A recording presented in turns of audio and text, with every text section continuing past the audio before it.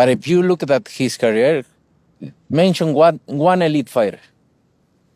Just mention me one elite fighter.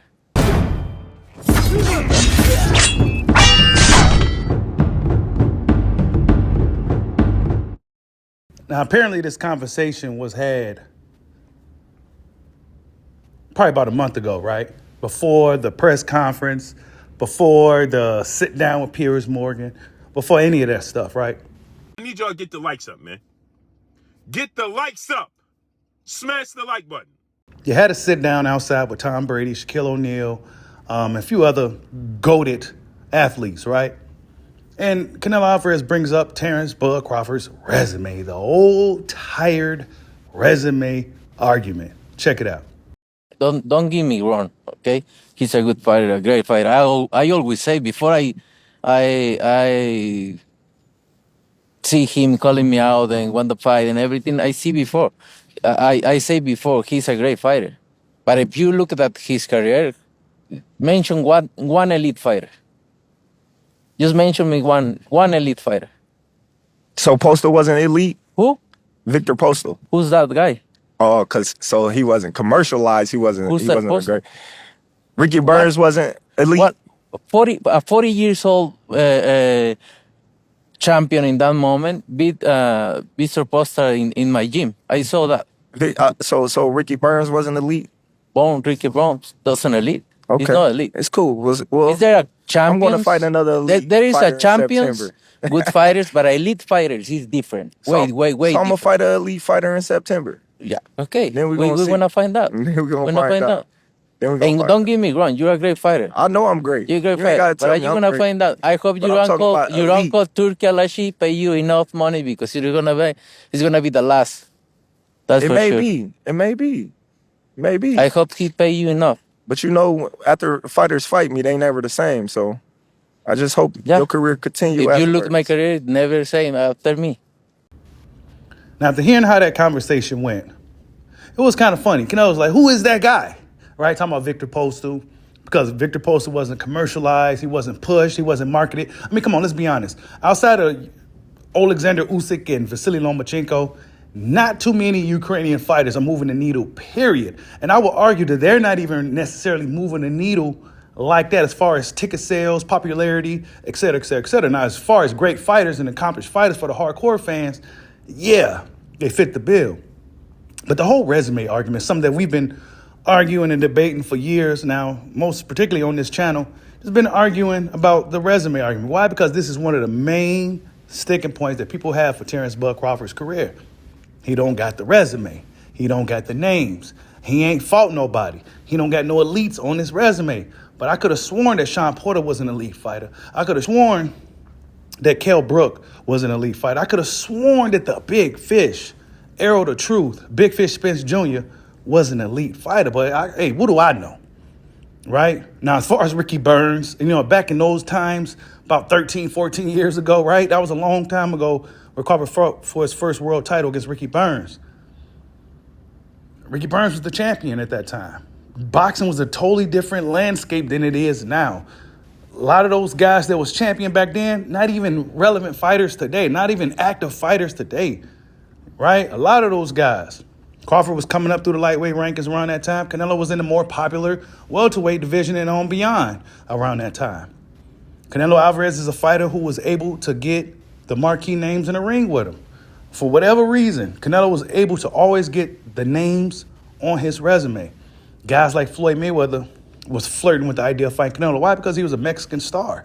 And what big fights in boxing always entail? A black and a brown guy, right? No brainer. Floyd Mayweather gave Canelo the opportunity. And then Canelo soon after was on his way to becoming the A-side in boxing. After his fight with Miguel Cotto is when he officially became the A-side in boxing. And then from there on, he was able to kind of dictate his terms of his career and pick and choose who he wants to fight. Guys, fighters in boxing, anybody that's able to get Canelo Alvarez, if you got a name, that's like hitting a lottery, right? But for Terence Crawford, that's almost like a death wish. It's almost like you did something wrong and now the Grim Reaper is out to get you, right? It's a total difference, right? Canelo's like winning a lottery. Crawford is like the Grim Reaper is knocking at your fucking door. So there's the difference, right? He wasn't able to get the guys in the ring. I mean, guys literally drew an invisible line across boxing and said there's two separate sides of the street now because this dude was coming down that street, right? So when we talking resumes, this is the stuff that we got to bring up. But see, it gets too long-winded when you got to explain to everybody why this dude resume don't have the super names on it that it does. Manny Pacquiao was a name that Crawford wanted for years. That was the fight that he wanted as a young fighter that was going to take his career to the next level. Wasn't able to get it. Why? Because Manny Pacquiao wanted, how much was it back then? 20 to 40 million, something crazy like that, to fight a Crawford back then, right? This is prior to him. Was this before the Undisputed run and all that? It was a little bit after too. He didn't want to do it.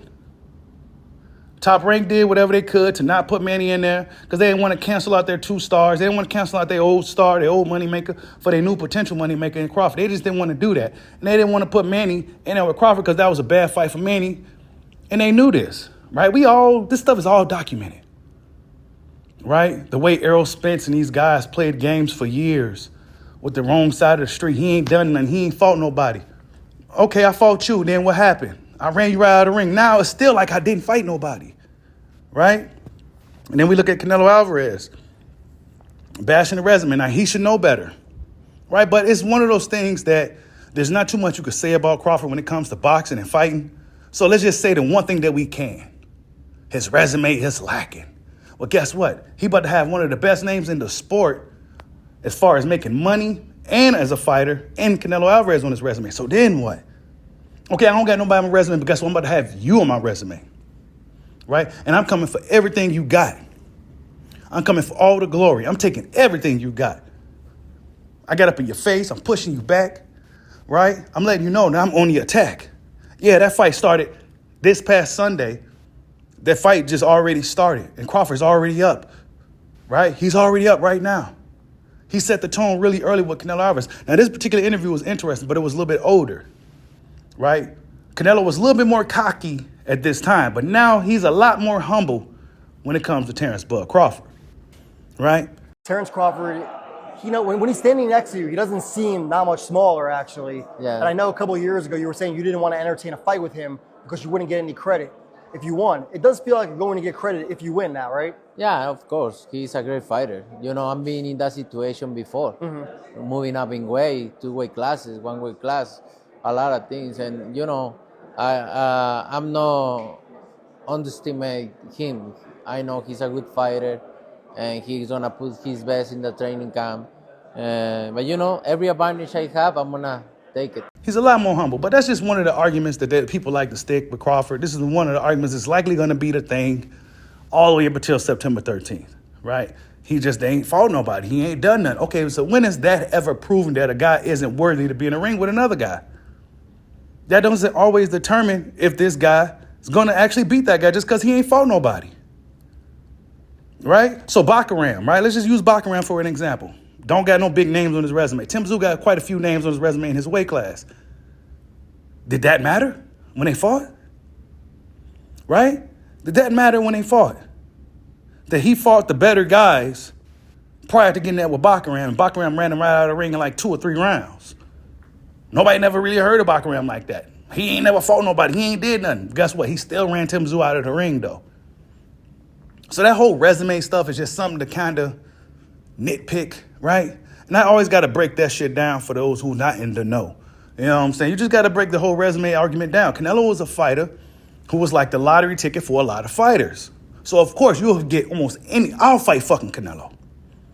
You know what I'm saying? You will fight Canelo if he called you, told you, get your ass up. I need a bum of the month club going. He'll call me, you, and a few other guys. We'll all be lined up the door ready to fight Canelo. Unprepared, but looking to get that payday. Right? Easy work. Getting a call from Canelo to come fight is almost like, it's literally like hitting the fucking lottery, bro. So, of course, Canelo's going to have these names, these familiar names on his resume because he's able to do that in boxing. But when a guy like David Benavidez moving around, a guy like Boo Boo Andrade, a guy like Bud Crawford, a guy like Gary Russell, a guy like Guillermo Rigondeaux moving through boxing, they can't find nobody. But when you walking around through boxing with your cement shoes on, with a duffel bag full of money, saying, let's go, then yeah, everybody's going to be lining up for the show. But when you walking around with that black Grim Reaper cloak on, with the cloak on, with the hood on, with the scythe, walking down there, floating down the fucking street like you some ghost or something, nah, you ain't gonna find nobody, bro. And that's what certain fighters in boxing had to go through. Certain fighters who may be great fighters, elite fighters themselves, but don't necessarily have all the elite names to back them up. But you just gotta understand boxing and know boxing to understand this. But Canelo Alvarez came out and said that Terence Crawford ain't fought nobody. Like, subscribe, holla at your boy. Peace out.